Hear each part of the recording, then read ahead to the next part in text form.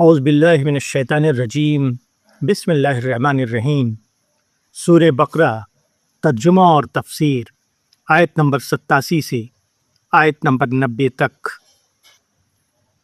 وَلَقَدْ آتَيْنَا مُوسَى الْكِتَابَ وَقَفَّيْنَا مِن بَعْدِهِ بِالرُّسُلِ وَآتَيْنَا عِيسَى ابْنَ مَرْيَمَ الْبَيِّنَاتِ وَأَيَّدْنَاهُ بِرُوحِ الْقُدُسِ أَفَكُلَّمَا جَاءَكُمْ رَسُولٌ بِمَا لَا تَهْوَىٰ أَنفُسُكُمُ اسْتَكْبَرْتُمْ فَفَرِيقًا كَذَّبْتُمْ وَفَرِيقًا تَقْتُلُونَ وَقَالُوا قُلُوبُنَا غُلْفٌ بَل لَّعَنَهُمُ اللَّهُ بِكُفْرِهِمْ فَقَلِيلًا مَّا يُؤْمِنُونَ وَلَمَّا جَاءَهُمْ كِتَابٌ مِّنْ عِندِ اللَّهِ مُصَدِّقٌ لِّمَا مَعَهُمْ وَكَانُوا مِن قَبْلُ يَسْتَفْتِحُونَ عَلَى الَّذِينَ كَفَرُوا فَلَمَّا جَاءَهُم مَّا عَرَفُوا كَفَرُوا بِهِ فَلَعْنَةُ اللَّهِ عَلَى الْكَافِرِينَ بِئْسَ مَا اشْتَرَوْا بِهِ أَنفُسَهُمْ أَن يَكْفُرُوا بِمَا أَنزَلَ اللَّهُ بَغْيًا أَن يُنَزِّلَ اللَّهُ مِن فَضْلِهِ عَلَىٰ مَن يَشَاءُ مِنْ عِبَادِهِ فَبَاءُوا بِغَضَبٍ عَلَىٰ غَضَبٍ وَلِلْكَافِرِينَ عَذَابٌ مُّهِینٌ۔ سورہ بقرہ کی ان آیتوں کا ترجمہ ہے، اور ہم نے موسیٰ کو کتاب دی اور اس کے بعد پے در پے رسول بھیجے، اور عیسیٰ بن مریم کو کھلی کھلی نشانیاں دیں اور روح پاک سے اس کو تائید کی۔ تو جب بھی کوئی رسول تمہارے پاس وہ چیز لے کر آیا جس کو تمہارا دل نہیں چاہتا تھا تو تم نے تکبر کیا، پھر ایک جماعت کو جھٹلایا اور ایک جماعت کو مار ڈالا۔ اور یہود کہتے ہیں کہ ہمارے دل بند ہیں، نہیں بلکہ اللہ نے ان کے انکار کی وجہ سے ان پر لعنت کر دی ہے، اس لیے وہ بہتاً ایمان لاتے ہیں۔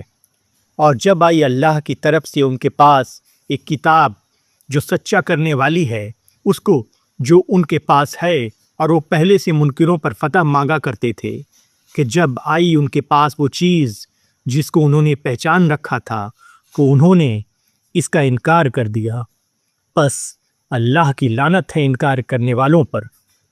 کیسی بری ہے وہ چیز جس سے انہوں نے اپنی جانوں کا سودا کیا، کہ وہ انکار کر رہے ہیں اللہ کے اتارے ہوئے کلام کا، اس ضد کی بنا پر کہ اللہ اپنے فضل سے اپنے بندوں میں سے جس پر چاہے اتارے، پس وہ غصے پر غصہ کما کر لائے، اور انکار کرنے والوں کے لیے ذلت کا عذاب ہے۔ سورہ بقرہ کے ان آیتوں کی تفسیر ہے، تورات اللہ کی کتاب تھی جو یہود پر اتری، مگر دھیرے دھیرے تورات کی حیثیت ان کے یہاں قومی تبرک کی ہو گئی۔ قومی عظمت اور نجات کی علامت کے طور پر یہود اب بھی اس کو سینے سے لگائے ہوئے تھے، مگر رہنما کتاب کے مقام سے اس کو انہوں نے ہٹا دیا تھا۔ حضرت موسیٰ علیہ السلام کے بعد بار بار ان کے درمیان انبیاء اٹھے، مثلاً یوشع نبی، داؤد نبی، زکریا نبی، یحییٰ نبی وغیرہ۔ ان کے آخری نبی حضرت عیسیٰ علیہ السلام تھے۔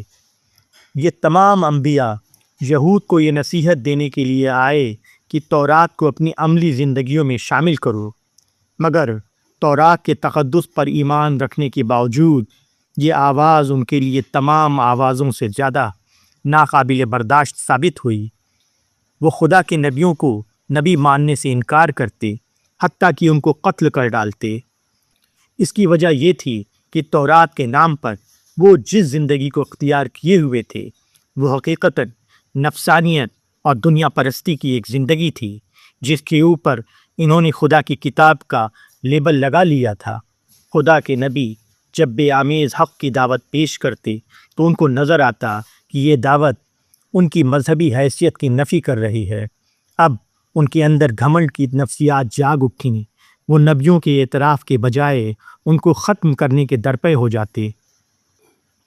یہی معاملہ عرب کے یہود نے رسول اللہ صلی اللہ علیہ وسلم کے ساتھ کیا۔